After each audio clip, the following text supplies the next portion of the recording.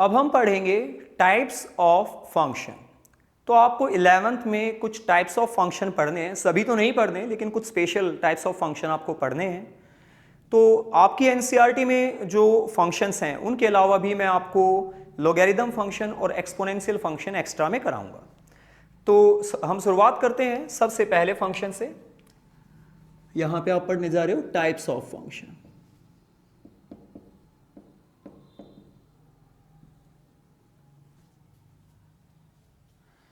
देखिए सबसे पहला फंक्शन जो आपको पढ़ना है वो है आइडेंटिटी फंक्शन।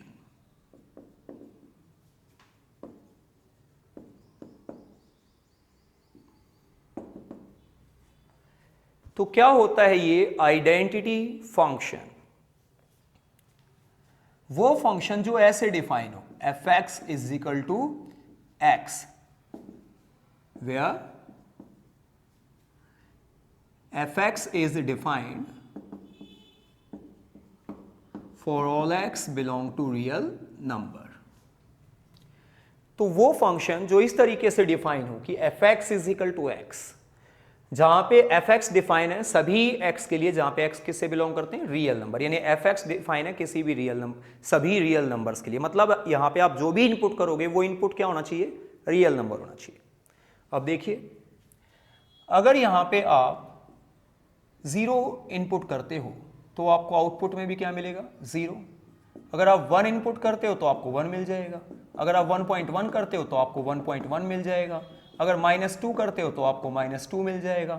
अगर आप माइनस का 3.5 करते हो तो आपको रिजल्ट में माइनस का 3.5 मिल जाएगा। मतलब क्या है, आइडेंटिटी चेंज नहीं हो रही, आप जो इनपुट दे रहे हो वही आपको किसमें मिल रहा है, आउटपुट में। इसीलिए इसको क्या बोलते हैं, आइडेंटिटी फंक्शन। और आप इसका अगर ग्राफ बनाएं,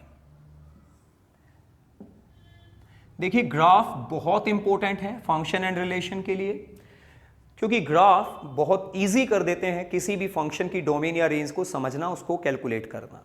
तो आप जितना ज़्यादा ध्यान देंगे ग्राफ्स के ऊपर उतना आपके लिए ये टॉपिक इजी होता चला जाएगा। तो अगर हम ग्राफ बनाते हैं तो ग्राफ जो आएगा वो एक स्ट्रेट लाइन आएगा ऐसे। मान लीजिए ये x एक्सिस है और ये y यानी कि fx एक्सिस है।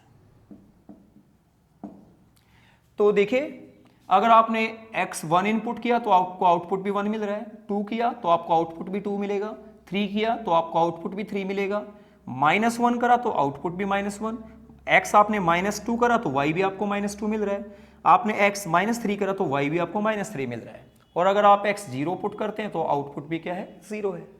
तो इसका मतलब जो इनपुट है वही आउटपुट है, ये उसका ग्राफ है। तो आप ग्राफ को देख के भी समझ सकते हैं कि x की वैल्यूज क्या क्या हमने इनपुट करी, हमने पॉजिटिव भी इनपुट करी है, नेगेटिव भी इनपुट करी है, ठीक है, और आउटपुट में हमें क्या मिला, और हमने 0 भी इनपुट करी है। आउटपुट में क्या मिला है, पॉजिटिव भी रियल नंबर मिले हैं, नेगेटिव भी रियल नंबर मिले हैं, और 0 भी मिला है।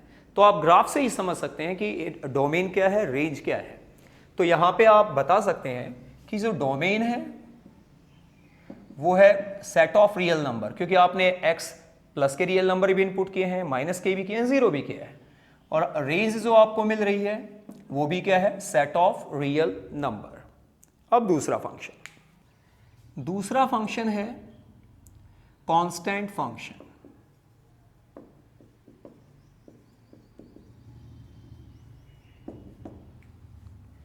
देखिए वो फंक्शन जो ऐसे डिफाइन हो, fx is equal to c, where fx is defined for all x belong to real number and c is any constant. तो वहां पे c कोई कांस्टेंट नंबर है। तो मान लीजिए आपने इनपुट किया 0 तो आपको c मिलेगा, क्योंकि यहां पे तो x है ही नहीं, यहां पे आप 0 पुट कर रहे हैं x की जगह पर, इधर x है ही नहीं। आपने अगर 1 इनपुट किया तो भी आपको c मिलेगा, 2 किया तो भी आपको c मिलेगा, आपने 1.2 करा तो भी आपको c मिलेगा, अगर आप यहाँ पे -1 कर रहे हो तो भी आपको c मिलेगा, माइनस का 5.7 कर रहे हो तो भी आपको c मिलेगा। मतलब इनपुट आप चाहे कुछ भी करो, आपको आउटपुट मिल रहा है सिर्फ एक कांस्टेंट नंबर c। तो इसे हम बोलेंगे कांस्टेंट फंक्शन, क्योंकि इसका जो आउटपुट है वो क्या है, एक कांस्टेंट नंबर है। किसी भी रियल नंबर इनपुट करने पर आपको सिर्फ एक कांस्टेंट नंबर क्या मिल रहा है आउटपुट में। अब हम इसका ग्राफ बनाएंगे।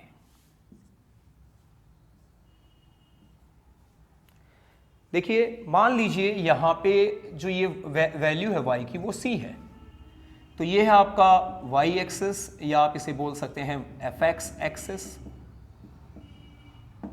और ये है आपकी x एक्सिस। तो आप इसका ग्राफ अगर बनाएंगे तो आपको ग्राफ ऐसा मिलेगा, यानी कि x एक्सिस के पैरेलल एक स्ट्रेट लाइन। क्यों? आपने इस पॉइंट को देखिए, जब आपने x 0 इनपुट किया तो आपको y क्या मिल रहा है, 0। आपको y क्या मिल रहा है, c मिल रहा है, यानी कि x जब 0 था तो भी y कितना है, c है। अब x 1 हुआ तो भी y c है, x 2 हुआ तो भी y c है, x 3 हुआ तो भी y c है, x 1.2 हुआ तो भी y c है। अगर x -1 है तो भी y c है, x -2 है तो भी y c है, x -3 है तो भी y c है। यानी आप x कुछ भी इनपुट करो, पॉजिटिव, नेगेटिव या जीरो, लेकिन आपको आउटपुट में सिर्फ क्या मिल रहा है, c। तो इस तरीके से आप बता सकते हैं कि इसकी जो डोमेन है वो है सेट ऑफ रियल नंबर, लेकिन जो इसकी रेंज है वो सिर्फ आपको क्या मिल रही है, c। इसकी रेंज के सेट में जो एलिमेंट है वो सिर्फ क्या है, c है। अब हम पढ़ेंगे तीसरा फंक्शन। जो तीसरा फंक्शन है वो है मॉडुलस फंक्शन।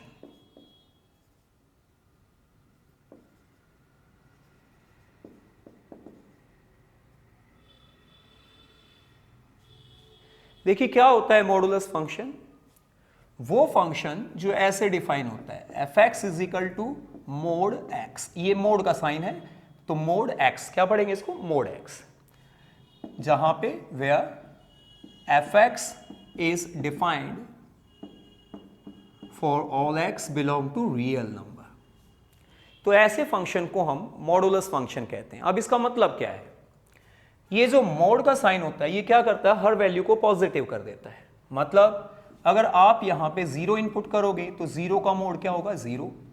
आप यहां पे 0.1 करोगे तो 0.1 का जो मोड होगा वो 0.1। अगर आपने यहां पे 2 इनपुट किया तो आपको 2 का मोड 2 मिलेगा। लेकिन अगर आप यहां पे -1 इनपुट करते हैं तो -1 को ये क्या बना देगा, पॉजिटिव। अगर आप यहां पे -3 इनपुट करते हैं तो -3 का जो मोड होगा वो क्या होगा, 3। अगर आप यहां पे माइनस का 4.9 इनपुट करते हैं तो माइनस का 4.9 का जो मॉडुलस होगा वो होगा 4.9। मतलब ये, इसमें आप कोई पॉजिटिव रियल नंबर अगर इनपुट करते हो या 0 इनपुट करते हो तो आपको वही क्या मिल जाएगा, आउटपुट। यानी यहां तक तो ये आइडेंटिटी फंक्शन का काम करेगा।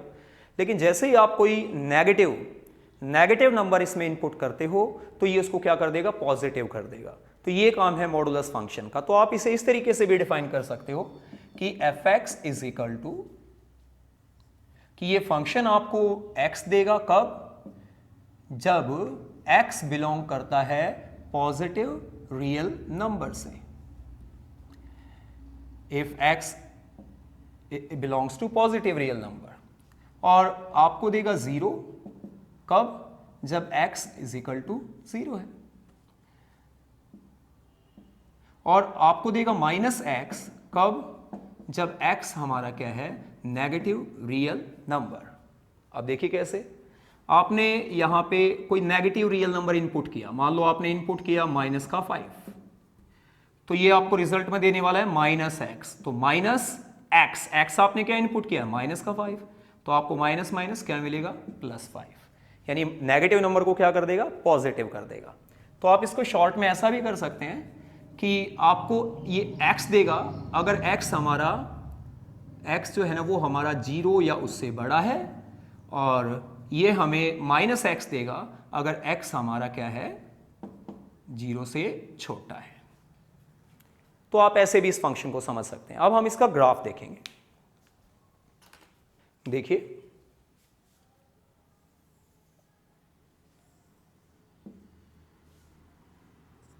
ये आपकी x एक्सिस है और ये आपकी y एक्सिस है।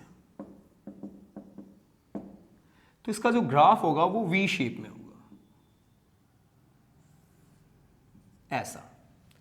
क्यों होगा ऐसा, क्योंकि अगर आप इनपुट 1 करते हैं तो आपको आउटपुट में 1 मिल रहा है, 2 करते हैं तो 2 मिल रहा है, 3 करते हैं तो 3 मिल रहा है, ओके, 0 पे 0 मिल रहा है। लेकिन अगर -1 करते हैं तो +1 मिल रहा है, -2 करते हैं तो +2 मिल रहा है, -3 करते हैं तो +3 मिल रहा है। यानी नेगेटिव को तो पॉजिटिव कर दे रहा है लेकिन पॉजिटिव को पॉजिटिव रख रहा है। तो इसकी अगर आप डोमेन की बात करते हैं तो वो है सेट ऑफ रियल नंबर, क्योंकि आप यहां पे कोई भी रियल नंबर रख रहे हो, पॉजिटिव भी, नेगेटिव भी और 0 भी। और यहां पे आपको जो रेंज मिल रही है वो मिल रही है आपको पॉजिटिव रियल नंबर +0, यानी जितने भी पॉजिटिव रियल नंबर हैं और 0, ये आपको किस में मिल रहे हैं, रेंज में मिल रहे हैं। मान लीजिए आपको ये फंक्शन जो मॉडुलस फंक्शन है वो ऐसे दिया होता, f(x) = mod x + 5। तो अगर आप इसका ग्राफ बनाएंगे तो जो ग्राफ है वो शिफ्ट हो जाएगा। मतलब जो ग्राफ है अगर x + 5 है तो लेफ्ट की तरफ शिफ्ट हो जाएगा, जहां पे x की वैल्यू -5 है वहां से स्टार्ट होगा।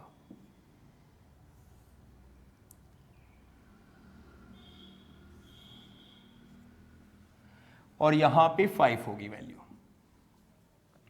क्यों? जब आप यहां पे x 0 पुट करोगे तो y आपको 5 मिलेगा। कैसे मिलेगा? अब अगर आप x की जगह 0 पुट करते तो 0 + 5 5 का मोड 5, तो वैल्यू आपको क्या मिलनी है, 5। और अगर आप -5 पुट करोगे यहां पे, -5 + 5 0, 0 का मोड क्या, 0, यानी -5 रखने पर x की वैल्यू y आपको क्या मिल रहा है, 0 मिल रहा है। और इसी प्रकार अगर आप x -6 पुट करते हो, -6 सॉरी, तो x -6, तो -6 + 5 कितना, -1 का मोड क्या होगा, 1, तो -1 का मोड 1, यानी आपको क्या मिल जाएगा, 1 मिल जाएगा। तो ये शिफ्ट हो गया है किस तरफ, लेफ्ट की तरफ। अगर x + 5 है तो लेफ्ट की तरफ। और अगर ऐसा होता कि f(x) = mod x - 5, तो अब की बार जो शिफ्टिंग है वो किस तरफ हो जाएगी, राइट की तरफ शिफ्ट हो जाएगी। तो अब यहां जहां पे x 5 है वहां से ग्राफ जाएगा। इसका ग्राफ हमेशा V शेप होगा। तो यहां पे 5 कि जब आपने x 0 पुट किया तो y आपको कितना मिलेगा, 5। 0 पुट किया x तो -5 बचेगा, -5 का मोड क्या होगा, 5। हाँ, अगर आप 5 पुट करते हैं तो 5 - 5 0, तो 0 का मोड 0, तो x 5 है तो y कितना मिल रहा है, 0। तो ग्राफ ऐसा होगा। जो फोर्थ फंक्शन है वो है सिग्नम फंक्शन। सिग्नम फंक्शन, देखिए क्या होता है सिग्नम फंक्शन। वो फंक्शन जो ऐसे डिफाइन होता है कि f(x) = आपको मिलेगा 1, 0 या -1। कब? अगर x आपका बड़ा है 0 से तो आपको 1 मिलेगा, अगर x आप इनपुट करते हो 0 तो आपको 0 मिलेगा, और अगर आप x इनपुट करते हो 0 से छोटा तो आपको क्या मिलेगा, -1 मिलेगा। तो इस फंक्शन को हम क्या बोलते हैं, सिग्नम फंक्शन बोलते हैं। तो इसका अगर आप ग्राफ बनाते हैं,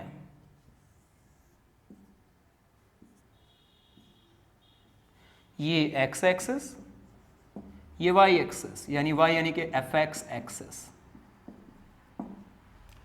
तो मान लीजिए यहां पे 1 है, यहां पे -1 है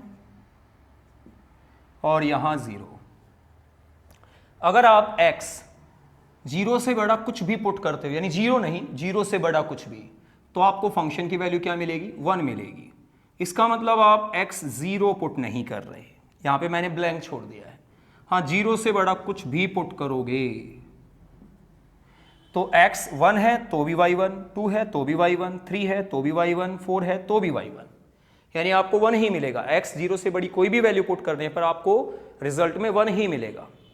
हाँ, अगर आप x 0 पुट करते हो तो आपको रिजल्ट भी क्या मिलेगा, 0। तो मैंने इसको डार्क किया है, इसका मतलब x जहां पे 0 है वहां पे y भी 0 है।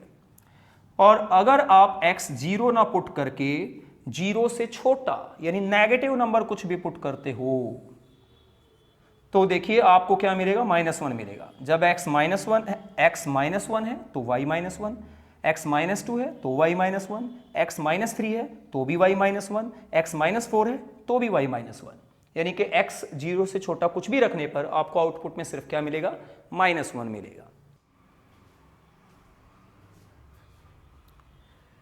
अगर हम इस फंक्शन के लिए डोमेन और रेंज की बात करें तो आपको पता है कि आप यहां पे क्या इनपुट कर रहे हो, डोमेन।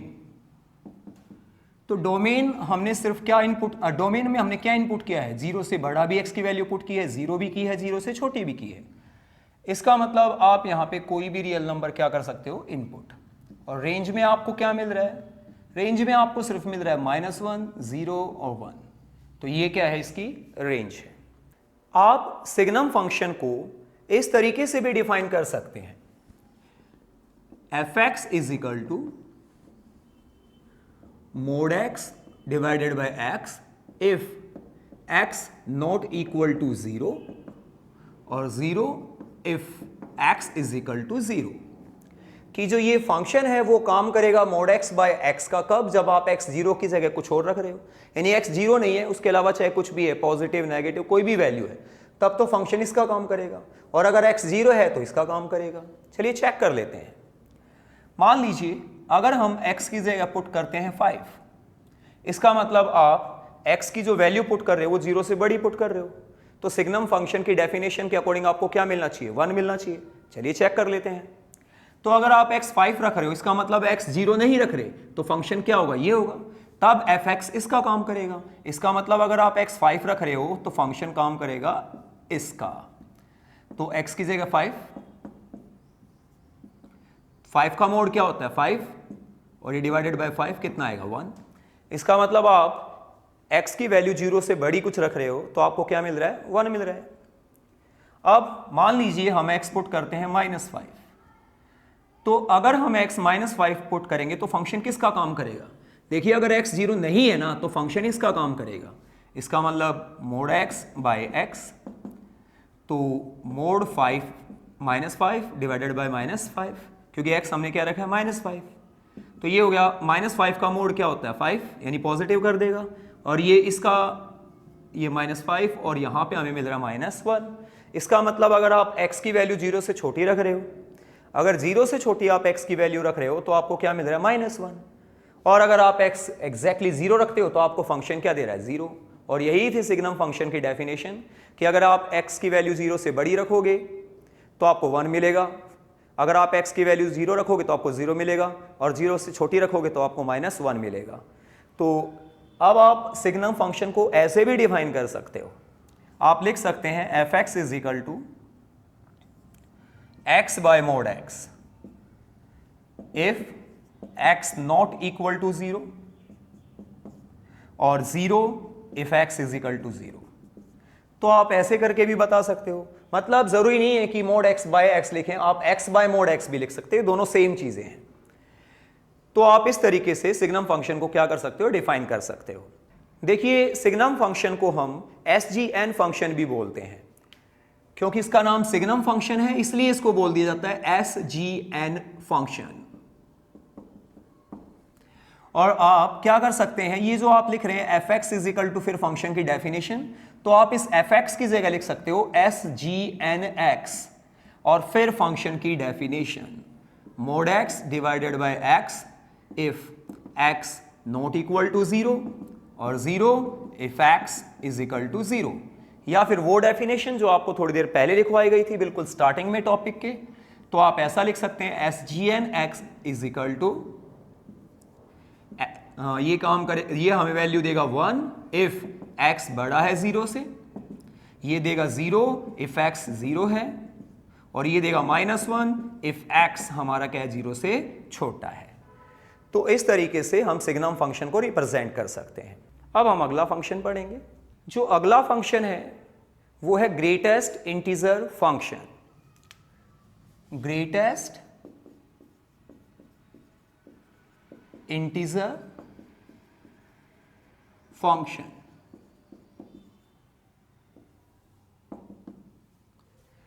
देखिए वो फंक्शन जो ऐसे डिफाइन हो, fx is equal to square bracket में x रख दिया जाएगा, इसको आप ऐसे भी लिख सकते हैं उसे हम क्या बोलते हैं, ग्रेटेस्ट इंटीजर फंक्शन।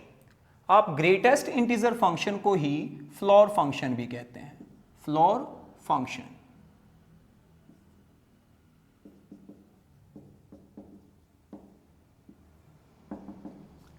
और ये डिफाइन है, fx is define for all x belong to real number. तो क्या होता है ये ग्रेटेस्ट इंटीजर फंक्शन, या जिसको हम फ्लोर फंक्शन भी बोलते हैं? इसमें आप कोई भी रियल नंबर इनपुट करते हैं तो ये आपको रिजल्ट में वो रियल नंबर या उससे डायरेक्ट छोटा जो इंटीजर है वो आपको क्या देता है, आउटपुट में देता है। देखिए, मान लीजिए आपने इनपुट किया 0, तो ये आपको उसकी बेस वैल्यू यानी क्या दे देगा, 0 दे देगा। आपने इनपुट किया 1, तो ये आपको 1 ही देगा। आपने इनपुट किया -2, तो ये आपको -2 ही देगा। मतलब अगर आप कोई भी इंटीजर इनपुट करते हो तो आपको रिजल्ट में वही इंटीजर मिलेगा। लेकिन अगर आपने इनपुट किया 1.9, तो 1.9 से डायरेक्ट छोटा इंटीजर क्या है, 1, तो आपको क्या मिलेगा, 1। आपने इनपुट किया 3.4, तो 3.4 से डायरेक्ट छोटा इंटीजर क्या है, 3, तो आपको आउटपुट में क्या मिलेगा, 3। अगर आपने इनपुट किया माइनस का 2.7, तो -2.7 से डायरेक्ट छोटा इंटीजर क्या है, -3। अगर आपने इनपुट किया -9.1, तो -9.1 से डायरेक्ट छोटा जो इंटीजर है वो है -10।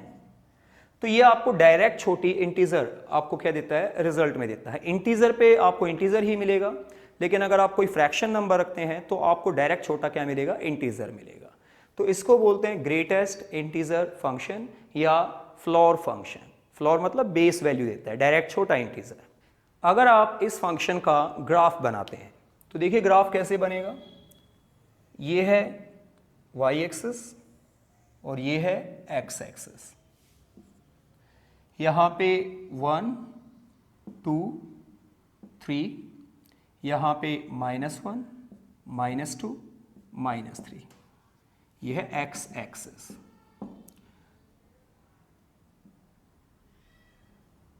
और ये है आपकी y एक्सिस, जिसको आप fx एक्सिस भी कह सकते हैं।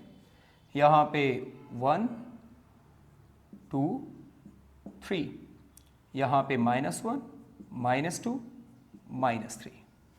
देखिए, आप अगर इनपुट करते हो 0 या 0 से बड़ा लेकिन 1 से छोटा, तो आपको क्या मिलना है, 0 मिलना है आउटपुट में। क्यों, 0 रखोगे तो 0 मिलेगा, पर 0 से छोटा, 0 से बड़ा यानी 0.1, 0.2, 0.9 तक या 1 के छोटे तक कुछ भी रखते हो तो आपको डायरेक्ट छोटा इंटीजर यानी कि 0 मिलना है। तो आपने यहाँ पे क्या किया है, 1 नहीं रखा है, आपने इनपुट 1 नहीं रखा है, 1 से छोटा कुछ भी लेकिन 0 तक, तो आपको क्या मिलेगा, 0 ही मिलेगा आउटपुट में। और अगर आप इनपुट रखते हो 1 या 1 से बड़ा लेकिन 2 से छोटा, 2 को छोड़ के उससे छोटे 1 तक, तो आपको क्या मिलेगा, 1 मिलेगा। और अगर आप इनपुट रखते हो 2 और 3 से छोटे तक, तो आपको आउटपुट में 2 मिलेगा।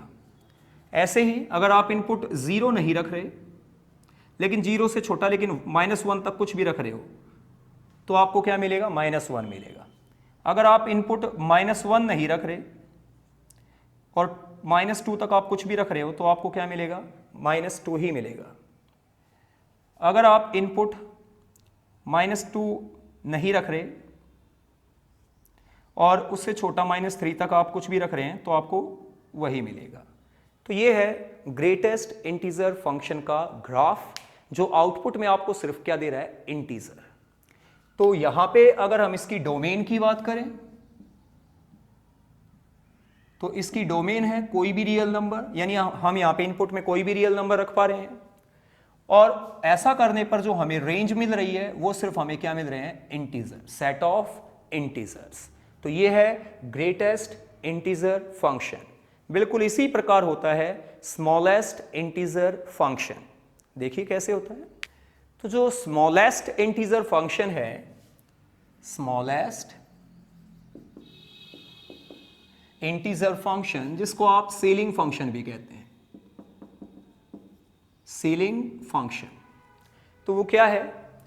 वो फंक्शन जो इस तरीके से डिफाइन किया जाता है, F X is equal to, अब की बार छत बना देंगे ऐसे, तब उसे हम क्या बोलते हैं? सीलिंग फंक्शन, यानी कि स्मॉलेस्ट इंटीजर फंक्शन बोलते हैं, जहां पे F X is defined for all X belong to real number. मतलब आप यहां पे जो इनपुट रखोगे वो क्या होंगे? कोई रियल नंबर होंगे। तो देखिए ये क्या करता है, ये आपको डायरेक्ट बड़ा इंटीजर देता है, यानी ग्रेटेस्ट इंटीजर फंक्शन का अपोजिट है। आप यहां पे इनपुट करते हो 0 तो आपको आउटपुट में भी 0 ही मिलेगा। अगर आप इनपुट करते हो 1 तो आपको आउटपुट में भी 1 ही मिलेगा। आप -2 इनपुट करते हो तो आपको आउटपुट में जो है -2 ही मिलेगा। मतलब इंटीजर पे आपको इंटीजर ही देगा। लेकिन अगर आपने इनपुट किया 0.9 तो 0.9 से डायरेक्ट बड़ा जो इंटीजर है वो क्या है? 1, तो आपको 1 मिलेगा। आपने इनपुट किया 2.3 तो 2.3 से डायरेक्ट बड़ा इंटीजर क्या है? 3। आपने इनपुट किया माइनस का 7.1 तो 7.1 से डायरेक्ट बड़ा इंटीजर क्या है? -7। आपने इनपुट किया माइनस का 3/9 तो 3/9 से डायरेक्ट बड़ा इंटीजर क्या है? -3। तो आपको ये डायरेक्ट बड़ा इंटीजर क्या देता है? रिजल्ट में देता है। अगर आप इसका ग्राफ बनाते हैं,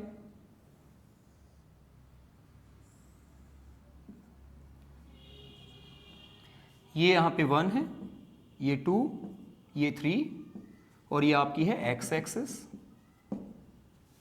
यहां पे -1, -2, -3 और यहां पे 1, 2, 3, ये आपकी है y यानी कि एफ एक्स एक्सिस।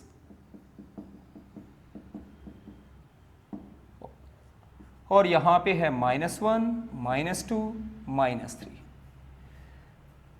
तो अगर आप 0 और 1 0 रखते हो या 0 और 1 के बीच में कोई भी इंटीजर आप रखते हो, 0 से बड़ा कोई भी इंटीजर आप रखते हो, तो आपको क्या मिलेगा?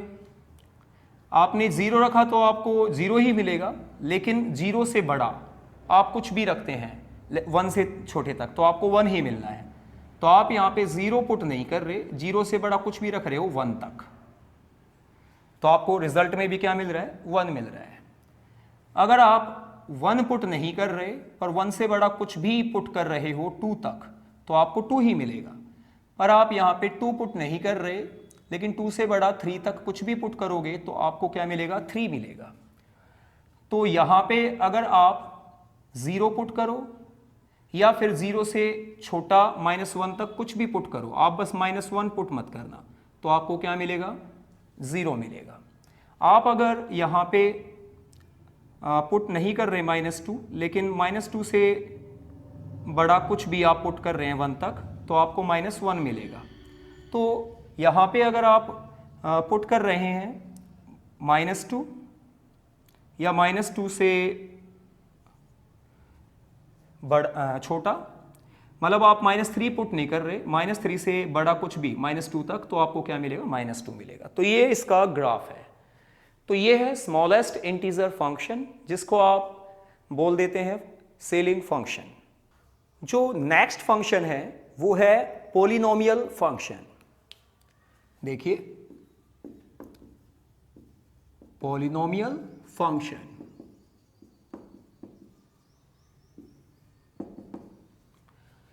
देखिए इसे समझना हम ज़्यादा मुश्किल नहीं करेंगे, हम एक सिंपल सी बात पता होनी चाहिए। आपने जो 9th क्लास में 10th क्लास में पढ़ा है कि पॉलिनोमियल क्या होते हैं, उन पॉलिनोमियल्स को ही हम क्या बोलेंगे? Polynomial function. जैसे कि F X is equal to X plus 2, ये एक पॉलिनोमियल है तो ये एक पॉलिनोमियल फंक्शन है। जैसे कि F X is equal to X square plus 2x plus 3, तो ये एक पॉलिनोमियल है तो ये एक पॉलिनोमियल फंक्शन है। जैसे कि F X is equal to X की 5 माइनस 9, तो ये एक पॉलिनोमियल है तो ये एक पॉलिनोमियल फंक्शन है। जहाँ पे ये फंक्शंस डिफाइन होंगे किसी भी रियल नंबर के लिए, मतलब आप यहाँ पे जो इनपुट रखोगे वो क्या होगा, कोई रियल नंबर। तो बहुत सारे अलग अलग प्रकार के पॉलिनोमियल फंक्शन होते हैं। तो अलग अलग पॉलिनोमियल फंक्शन के अकॉर्डिंग उनका अलग अलग ग्राफ होगा और उनकी अपनी अलग अलग डोमेन और रेंज होगी। तो अब यहाँ पे अगर आप देखें तो इनके डिनोमिनेटर में कुछ भी नहीं है, डिवाइडेड बाय कुछ नहीं है, तो आप पॉलिनोमियल फंक्शन में इनपुट तो कोई भी रियल नंबर कर सकते हो। तो इन सब की जो डोमेन होगी वो तो क्या होगा, कोई भी रियल नंबर, यानी डोमेन होगा सेट ऑफ रियल नंबर। लेकिन जो इनका आउटपुट होगा वो अलग अलग पॉलिनोमियल फंक्शन के अकॉर्डिंग क्या होगा, अलग अलग होगा। मान लीजिए आपके पास एक पॉलिनोमियल फंक्शन है, जैसे मान लीजिए आपके पास ये फंक्शन है fx is equal to X square. जैसा कि आपको पता लग रहा है कि ये एक पॉलिनोमियल है, तो इसको हम क्या बोलेंगे, पॉलिनोमियल फंक्शन बोलेंगे। और इसमें इस फंक्शन की जो डिग्री है वो कितनी है, 2 है। तो ये एक क्वाड्रेटिक पॉलिनोमियल फंक्शन है। अगर आप इस क्वाड्रेटिक पॉलिनोमियल फंक्शन का ग्राफ बनाते हैं, तो ग्राफ का मतलब क्या है, आपको x और y की वैल्यू चाहिए, तो आप जो इनपुट करोगे वो x की वैल्यूज हैं, उसको रख के जो आउटपुट आएगा वो क्या होगा, y की वैल्यू। तो जो पॉइंट्स आपको मिलेंगे उनको रिप्रेजेंट कर पॉइंट करके ग्राफ के ऊपर तो आप क्या ड्रॉ कर सकते हो, ग्राफ ड्रॉ कर सकते हो। तो ऐसे करके जब हम इसका ग्राफ बनाएंगे ना, तो इसका जो ग्राफ आएगा वो आएगा पैराबोला। पैराबोला, पैराबोला का मतलब होता है यू शेप, यानी इसका जो ग्राफ होगा वो यू शेप होगा और ऐसे इनफाइनाइट तक दोनों तरफ जाएगा और यहां पे 0 से गुजरेगा, यानी इसका जो वर्टेक्स है वो कहां पे है, 0 पे है। ये आपकी y एक्सिस है और ये आपकी x एक्सिस है। तो देखिए ये एक पॉलिनोमियल फंक्शन है और ये इसका ग्राफ है। अगर आप यहां पे इसकी डोमेन और रेंज की बात करते हैं, तो डोमेन के लिए देखिए आप यहां पे x 0 रख पा रहे हैं, 0 से बड़ा भी कोई वैल्यू रख पा रहे हैं, 0 से छोटी भी रख पा रहे हैं। देखिए यहां पे आप x 0 से बड़ी रख पा रहे हैं, यहां पे 0 से छोटी रख पा रहे हैं और 0 भी रख पा रहे हैं। इसका मतलब इस फंक्शन में आप x की वैल्यू कोई भी रियल नंबर रख सकते हैं। ये हर एक रियल नंबर के लिए डिफाइन है। इसका मतलब इस फंक्शन की जो डोमेन है वो है सेट ऑफ रियल नंबर। अब हम बात करेंगे इसकी रेंज की।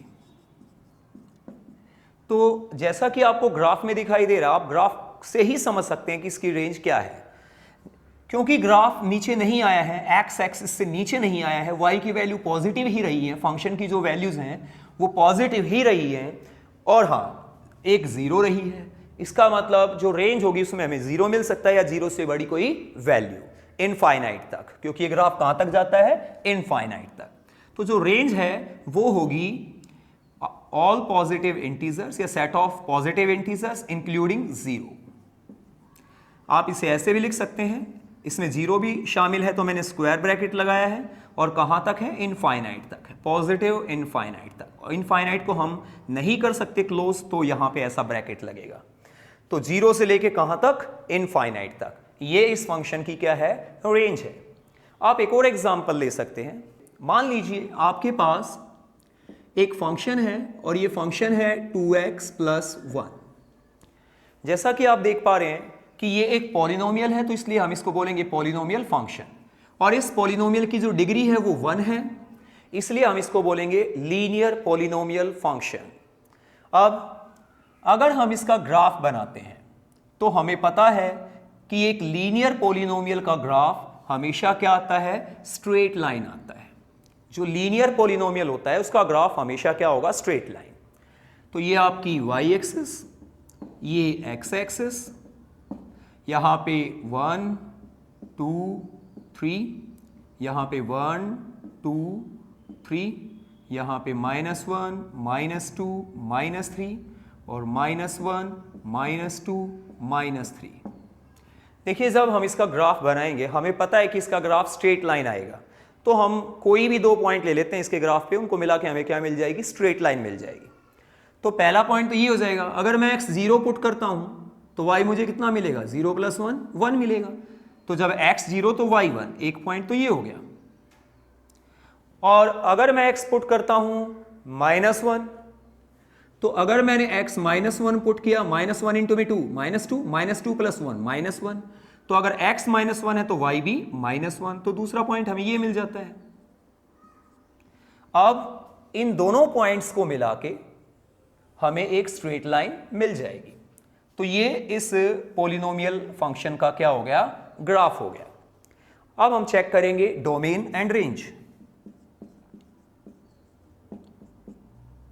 डोमेन देखिए, आप यहां पे x 0 भी रख पा रहे हैं और x जो है ना आप नेगेटिव वैल्यू भी रख पा रहे हैं, पॉजिटिव वैल्यू भी रख पा रहे हैं, और ये ग्राफ इनफाइनाइट तक जाएगा।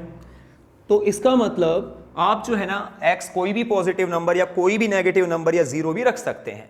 तो यहां पे आप कोई भी रियल नंबर पुट कर सकते हैं, इसलिए इसकी जो डोमेन होगी वो होगी सेट ऑफ रियल नंबर। अब रेंज क्या होगी, देखिए रेंज क्या है इसकी। आप यहां पे कोई भी इनपुट कर रहे हैं पॉजिटिव या नेगेटिव, तो आपको y की वैल्यू देखिए, ग्राफ जो है ना वो x एक्सिस से ऊपर भी है और x एक्सिस से नीचे भी है, और वो भी इनफाइनाइट तक। इसका मतलब आपको इनपुट आउटपुट में भी क्या मिल रहा है, कोई भी रियल नंबर, यानी पॉजिटिव भी नेगेटिव भी, और आपको यहां पे y की वैल्यू जो है ना 0 भी मिल रही है।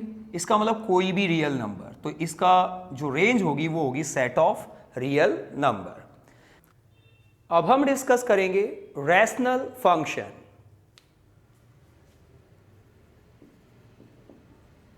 रैशनल फंक्शन, जैसा कि आपको इसके नाम से ही पता लग रहा होगा कि जो रैशनल फॉर्म में हो, मतलब वो फंक्शन जो ऐसे डिफाइन होते हैं कि f(x) is equal to px divided by qx।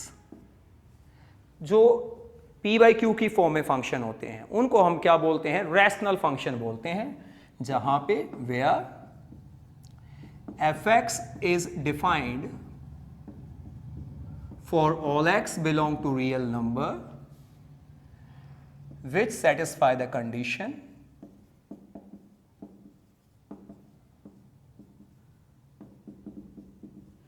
that qx not equal to 0, कि ये फंक्शन x के उन सभी वैल्यू पे डिफाइन है जहां पे x कोई रियल नंबर होगा, बस उन रियल नंबर को छोड़ के जिसे रखने पर डिनोमिनेटर क्या हो जाएगा, 0।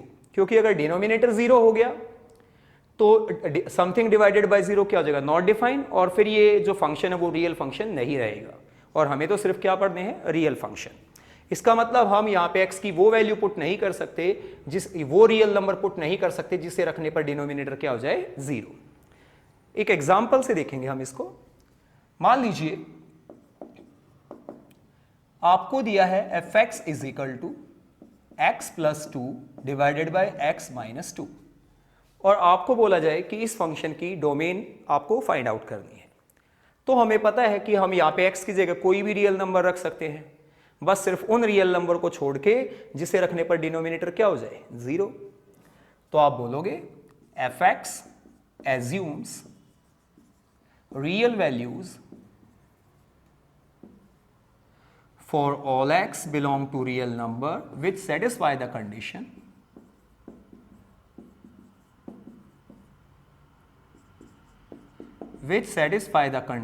that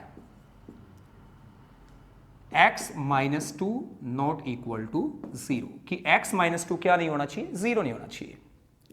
तो अगर x minus 2 0 नहीं होना चाहिए तो इसका मतलब x क्या नहीं होना चाहिए, x minus 2 नहीं होना चाहिए।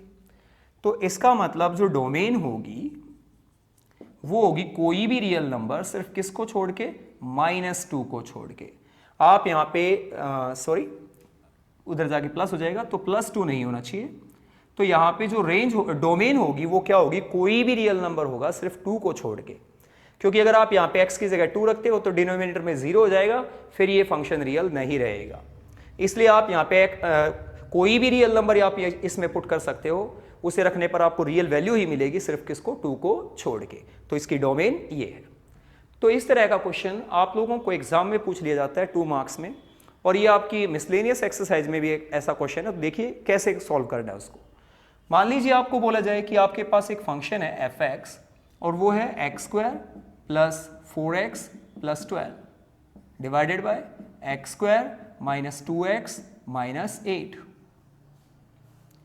अब आपको ये बोला गया है कि आपको इस फंक्शन की डोमेन निकालनी है। ये आपको एक रैशनल फंक्शन दिया हुआ है और आपको इसकी क्या फाइंड आउट करनी है, डोमेन। तो सिंपल सी बात है, हम यहाँ पे x की जगह क्या क्या रख सकते हैं, वो वैल्यू क्या कहलाती है, डोमेन। तो हम यहाँ पे x की जगह कोई भी रियल नंबर पुट कर सकते हैं, सिर्फ उन रियल नंबर को छोड़ के जिसे रखने पर डिनोमिनेटर क्या ना हो जाए, 0। तो यहां पे आप बोलोगे कि fx assumes real values for all x belong to real number which satisfy the condition